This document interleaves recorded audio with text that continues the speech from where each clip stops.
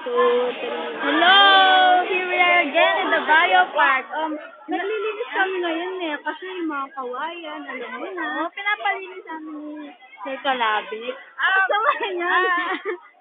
Hey! Ay, tignan mo, may tumitingin sa amin. Oo. Nagbibideo kami ngayon ng fish pond. Ito yung fish pond. Tapos, aray ko!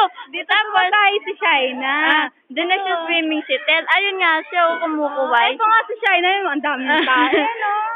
Ito naman yung, uwak.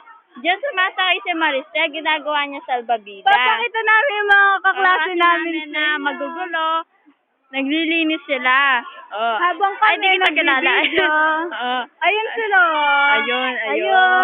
Mga kaklase namin. Ito si Mariel. Nakatalikod nga Ayun si lang. Jennifer. Ayun si Jennifer. Ate yun. Ayun si Sir RD ako na.